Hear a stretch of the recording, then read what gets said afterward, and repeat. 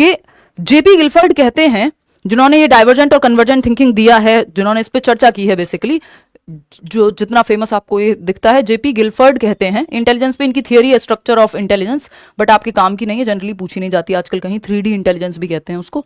ठीक, तो अगर हम देखें, इन्होंने कहा है डाइवर्जेंट थिंकिंग को जोड़ा है किससे? डाइवर्जेंट थिंकिंग यानी अपसारी चिंतन, दिशाओं में सोचना। अच्छा, एक प्रॉब्लम है, 5 सॉल्यूशन आपके दिमाग में आएंगे, तो ये रचनात्मकता, कुछ नया करने से जुड़ी हुई है, और क्रिएटिविटी इंपॉर्टेंट है। बच्चा नया करे, कुछ नोवल करे, यूनिक करे, ये जरूरी है, और हर बच्चे में क्रिएटिविटी की क्षमता है, डिग्रीज अलग अलग हो सकती हैं। ऐसा आपके लुई टर्मन कह रहे हैं कि क्रिएटिविटी ऐसा नहीं कुछ ही बच्चों में है, हम सब में क्रिएटिविटी नॉर्मल है, नेचुरल बात है, लेकिन हाँ डिग्री ऊपर नीचे हो सकती है ना। तो जब धिनचक पूजा जो है कुछ नया करने की कोशिश कर रही है, उसकी डिग्री अलग है, और लता मंगेशकर जी की अलग है, तो क्रिएटिविटी की डिग्रीज अलग होंगी। ठीक, तो डाइवर्जेंट थिंकिंग और कन्वर्जेंट थिंकिंग की जब हम बात कर रहे हैं, डाइवर्जेंट मतलब दिशाओं में सोचेंगे आप कोई ऐसे राइटिंग कर रहे हैं, अपने विचार लिख रहे हैं, दिशाओं में सोच रहे हैं, किसी प्रॉब्लम का सॉल्यूशन निकाल रहे हैं, मल्टीपल सॉल्यूशन आ रहे हैं। लेकिन कन्वर्जेंट थिंकिंग जो है वो इंटेलिजेंस से जुड़ी हुई है, यानी बुद्धि से। ये जॉय पॉल गिलफर्ड ने ही कहा है। ठीक, एक सेशन आपके सारी समस्याएं दूर करा देगा अगर आप ठीक से इसको पढ़ लेंगे या ठीक से समझ भी लेंगे ये सेशन, क्योंकि सारे टॉपिक्स ही कवर हो जाएंगे। रचनात्मकता यानी कुछ नया करने की क्षमता, तो नया करने की क्षमता जुड़ी है जब आप मल्टीपल सॉल्यूशंस पे सोचते हैं, open ended thought, out of the box सोचना, डाइवर्जेंट थिंकिंग। गिफ्टेड बच्चों में डाइवर्जेंट थिंकिंग पाई जाती है, यानी वो बच्चे जिनकी इंटेलेक्चुअल क्षमता ज्यादा है। हर एक क्रिएटिव बच्चा डाइवर्जेंट थिंकर होगा, यानी हर एक रचनात्मक बच्चा जो कुछ नया सोच पाता है, कुछ नया कर पाता है, उसके अंदर अपसारी चिंतन मिलेगा ही मिलेगा। लेकिन सारे डाइवर्जेंट थिंकर, यानी जो हर बच्चा जो दिशाओं में सोचता है, जरूरी नहीं है वो क्रिएटिव ही हो। ठीक है, तो जॉय पॉल गिलफर्ड कहते हैं डाइवर्जेंट थिंकिंग क्रिएटिविटी से जुड़ी है और कन्वर्जेंट थिंकिंग इंटेलिजेंस से। इंटेलिजेंस का मतलब क्या है? यहाँ इंटेलिजेंस, जैसे आपने 4 ऑप्शन में से एक चूज किया, इसमें आपने इंटेलिजेंस का यूज किया, कुछ नया क्रिएटिविटी नहीं लगाई, कोई 5वां ऑप्शन नहीं बना दिया आपने। क्रिएटिविटी में आप कुछ नया बनाते हैं, कोई नया ऐसे, कोई नया विचार बोल दिया, कुछ नया विचार लिख दिया, कुछ नई चीज बना दी। ठीक, तो वो क्रिएटिविटी है जो डाइवर्जेंट थिंकिंग से जुड़ी हुई है। इसीलिए मैं कहती हूँ डीसी साथ जाते हैं, सीसी नहीं। डीसी बोले तो डाइवर्जेंट थिंकिंग और क्रिएटिविटी साथ जाते हैं, कन्वर्जेंट थिंकिंग और क्रिएटिविटी साथ नहीं जाते हैं। इंटेलिजेंस के साथ जाएगा कन्वर्जेंट थिंकिंग। बहुत ही जरूरी बात है, बार बार पूछा जाता है, पूछा जाता रहेगा, है ना। प्राचीन काल से पूछा जाता रहा है डाइवर्जेंट थिंकिंग और क्रिएटिविटी का रिश्ता, और आगे भी पूछा जाता रहेगा, भविष्य में भी। तो इस बात को बिल्कुल ध्यान से समझ लें। क्वेश्चन नंबर 3, मैंने क्वेश्चन ही वो रखे हैं जो पूछे ही जाते हैं उस तरह से, उसी के अराउंड घुमा फिरा के। देखिए क्वेश्चन नंबर 3 की अगर हम बात कर रहे हैं, क्या पूछता है क्वेश्चन नंबर 3? ये कह रहा है विच of the following statements about inclusive education is not correct, यानी समावेशी शिक्षा के बारे में कौन सी एक बात सही नहीं है। समावेशी शिक्षा पे क्वेश्चन आना ही है, 5 नंबर का टॉपिक है। अभी फर्स्ट क्वेश्चन भी हमने इसी पे किया था। सही नहीं है, जब नॉट लिखा हुआ है, सेलेक्टिव क्वेश्चंस लिए जिनमें थोड़ा सा सोचना पड़े आपको। जब नॉट लिखा हुआ है, इसका मतलब ध्यान से पढ़ना है, क्योंकि नॉट वाले क्वेश्चंस में गलतियां ज्यादा होती हैं। Inclusive teaching means teaching in ways that do not exclude, यानी समावेशी शिक्षा वो है इस तरह से पढ़ाना कि किसी को भी बहिष्कृत ना करें, एक्सक्लूड ना करें, इंक्लूड करें, सेग्रीगेट ना करें। Segregation is against the law of nature, प्रकृति के नियमों के खिलाफ है अलग करना, कि ये वाला बच्चा देख नहीं सकता, चलो इसको अलग बिठा दो, इसको ये कर दो। सबको साथ लेके चलना है एक छत के नीचे रेगुलर स्कूल में। तो एक्सक्लूड नहीं करती, उसको इंक्लूसिव कह रहे हैं, बिल्कुल सही बात है, लेकिन हमको तो गलत चाहिए, नॉट लिखा हुआ है। तो इसका मतलब 3 बातें ऐसी होंगी जो इंक्लूसिव एजुकेशन के बारे में होंगी, और एक ऑप्शन होगा एकमात्र जो गलत होगा, उस गलत को ही पकड़ना है हमें, यहाँ वही सही है, क्योंकि हमें नंबर वही दिलाएगा। इंक्लूसिव, सेकंड ऑप्शन है inclusive teaching means adopting pedagogies that support needs of all learners. हाँ भाई, हर बच्चे की आवश्यकता को ऐसी पेडागोजी या ऐसे मेथड्स अपनाना जहां हर बच्चे की आवश्यकता को आप इंक्लूड कर पाए, सही है ये भी। थर्ड ऑप्शन है an inclusive classroom accommodates differences in language styles and promotes collaboration, यानी भाषा में भी अंतर हो सकता है, भाषा के इस्तेमाल में भी अंतर हो सकता है, हर तरह के बच्चे को इंक्लूड कर रही है। ठीक है भाई, अलग अलग भाषाएं बोलने वाले बच्चे हों, अलग अलग तरह से सीखने वाले बच्चे हों, हर तरह से इंक्लूड करेंगे। फोर्थ ऑप्शन ही बचता है, फिफ्थ तो है नहीं, तो यही सही होगा, लेकिन फिर भी पढ़ लेते हैं। N inclusive classroom centres around fixed करिकुला and standard assessment, ये गलत हो गया, क्योंकि आपको फ्लेक्सिबिलिटी चाहिए, फिक्स होना नहीं चाहिए, रिजिडिटी नहीं चाहिए, फिक्स नहीं चाहिए हमको। वो आपने बचपन में कहावत सुनी होगी कि जो पेड़ झुकते नहीं है टूट जाते हैं टाइप्स, यानी फ्लेक्सिबिलिटी चाहिए, अप्रोच में चेंजेस चाहिए जहां जरूरत हो।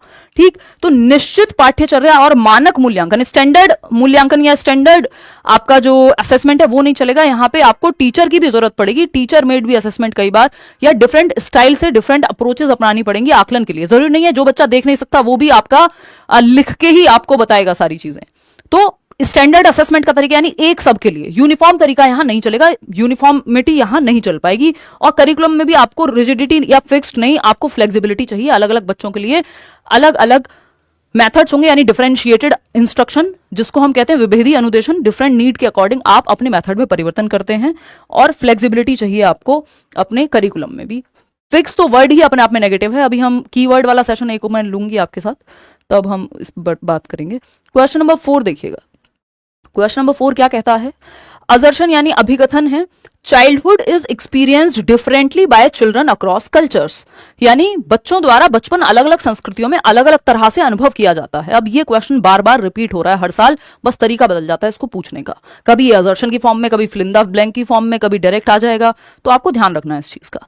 तो असर्शन क्या है? यानी एक स्टेटमेंट है, childhood is experienced differently by children across cultures, यानी बच्चे जो हैं चाइल्डहुड को या बाल्यावस्था को अलग अलग तरह से अनुभव करते हैं अलग अलग संस्कृति में। आपके यहां यानी हमारे यहां जो एक बच्चा है जो एक तरह से बचपन को महसूस कर रहा है, जो उसके अनुभव हैं, जो त्योहार वो मना रहा है, वो डिफरेंट है जो शायद अमेरिका में एक बच्चा एक्सपीरियंस कर रहा है, या फिर इवन एक गरीब और अमीर परिवार के बच्चे के बचपन में भी अंतर है ना। हो सकता है आपके घर का 8 साल का बच्चा या एक बच्चा जो बलून बेचता है रोड पे, उसका बचपन एकदम डिफरेंट है। एक वो जो कभी खुशी कभी गम में जो वो रोहन दिखाया गया है कि बाबा जा रहे हैं आराम से बॉटल वॉटल लेके, उनका बचपन बिल्कुल अलग है, उम्र सेम है जबकि। तो बचपन क्या एक सोशियो कंस्ट्रक्टिविस्ट रचना हो जाती है, सोशल कंस्ट्रक्शन हो जाती है कि समाज के द्वारा निर्मित एक संरचना हो गई है ना। स्टेज कुछ हद तक सेम है कि हमने बांट दिया, अच्छा जन्म से 2 वर्ष इतना फिर इतना, लेकिन अगर हम देखेंगे तो ये सोशल पर्सपेक्टिव से बिल्कुल डिफरेंट है। अलग अलग लोग बचपन को अलग अलग बच्चा अलग तरह से अनुभव करता है। ये बात सही है जी, ये बात सही है। स्टेजेस सेम है, वो हमने बनाई है, लेकिन बचपन एज अ कॉन्सेप्ट या एडोलेसेंस एज अ कॉन्सेप्ट सबके लिए सेम होगा बिल्कुल जरूरी नहीं है। रीजन क्या है इसका? चिल्ड्रंस डेवलपमेंट इज यूनिवर्सल, ये इन्होंने गलत कह दिया। बच्चों का विकास सार्वभौमिक है। देखो ऑर्डर या सीक्वेंस कुछ हद तक सार्वभौमिक है कि पहले दूध के दांत आते हैं, फिर फिक्स दांत आते हैं, मतलब परमानेंट। पहले बच्चा खड़े होना सीखता है, फिर चलना, फिर दौड़ना सीखता है। तो पैटर्न या सीक्वेंस तो ठीक है, यूनिवर्सल है, सबके लिए एक जैसा है। लेकिन बचपन या बाकी जो अनुभव है बचपन का या किशोरावस्था का, वो सबके लिए सेम हो, ये कहना गलत है।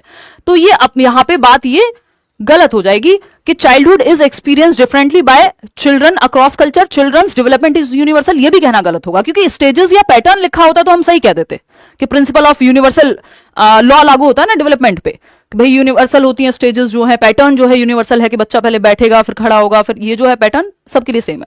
लेकिन पैटर्न की बात नहीं की, जस्ट लिख दिया चिल्ड्रंस डेवलपमेंट इज यूनिवर्सल, तो ये बात भी गलत हो गई। तो A is right but R is not right या फॉल्स। तो थर्ड के साथ चले जाएंगे। वो तीसरी शर्त तो यहां आती नहीं है, क्योंकि जब दोनों सही होंगे तब हम चेक करते हैं कि रीजन सही है ए के लिए या नहीं। ठीक, तो सचिन सही है सीमा के लिए या नहीं, ये हम बाद में थर्ड स्टेप पे चेक करते हैं। ठीक है, क्वेश्चन नंबर 5 देखिएगा। क्वेश्चन नंबर 5 क्या कहता है, फटाक से समझेंगे और देखेंगे। क्वेश्चन नंबर 5, 10 क्वेश्चन के बाद थोड़ी सी स्पीड बढ़ाएंगे, समझते जाएंगे जहां जहां जरूरत होगी। According to attribution theory of motivation, which of the following is more likely to result in persistent effort and improved performance. यानी कि एट्रीब्यूशन थियरी, जो मोटिवेशन की एक एट्रीब्यूशन थियरी, अभिप्रेरणा के आरोपण सिद्धांत, यानी एट्रीब्यूट किसको कर रहे हैं आप, सक्सेस और फेलियर किस चीज पे आप डाल रहे हैं, खुद की मेहनत पे या बाहर किसी और बाकी एक्सटर्नल फैक्टर्स पे। तो एट्रीब्यूशन थियरी ये बात करती है। ठीक, which of the following is more likely to result in persistent effort and improved performance. यानी अगर एट्रीब्यूशन थियरी के अगर पर्सपेक्टिव से देखें कि आप बाहरी फैक्टर्स पे डाल रहे हैं अपने फेलियर को या सक्सेस को, या फिर किसी खुद पे डाल रहे हैं, खुद की मेहनत पे, तो किस स्थिति में इन दोनों में से क्या चूज करेंगे तो आप ज्यादा एफर्ट या प्रैक्टिस करेंगे, ज्यादा मेहनत करेंगे। कि जब आप ये मान रहे हैं कि भगवान जो है सब ठीक करेगा और मेरे नंबर जो है भगवान जी ले आएंगे, मैं रोज सुबह पूजा करती हूं, पढ़ूं चाहे ना पढ़ूं, ये एक्सटर्नल फैक्टर्स पे डाल दिया आपने। आप कितनी भी मेहनत कर रहे थे बट आपने कहा जो किया भगवान ने किया, मेरा कोई इसमें रोल ही नहीं है, बहुत हम्बल दिखने के लिए। तो अब इसमें क्या है, ये भी एक्सटर्नल फैक्टर पे ही डालना है। आप मेहनत कब करेंगे, अगर सब कुछ एक्सटर्नली हो रहा है तो आप तो सोचेंगे मैं क्या ही करूं, मुझे क्यों करना है कुछ, क्योंकि सब ईश्वर की इच्छा अपने आप हो रहा है, या वॉट एवर, प्रकृति की, जो भी आप कहना चाहें, या टीचर जैसा पढ़ाएगा उस पर डिपेंड करेगा, मैं तो फेल या पास टीचर पे ही बेस्ड है। दूसरा है कि आपने मान लिया मेरी मेहनत है, चाहे मैं अच्छा करूं बुरा करूं, अगर मैंने मेहनत नहीं की तो मैं फेल होऊंगा, मैंने मेहनत की तो मैं पास होऊंगा। किस स्थिति में आप ज्यादा मेहनत करेंगे, जब आपको ये पता है कि सब कुछ मेरी मेहनत पे डिपेंडेंट है। जैसे मेरे से बहुत बार लोग पूछते हैं कि आपको क्या लगता है लक इंपॉर्टेंट है कि ये इंपॉर्टेंट। भाई लक होता होगा, मेरे हाथ में नहीं है, और मेरा इस पर सोचने का समय भी नहीं है, क्योंकि मेरे हाथ में क्या है, सिर्फ मेरी मेहनत। ठीक, तो अगर आप ज्यादा एफर्ट या प्रैक्टिस कब करेंगे,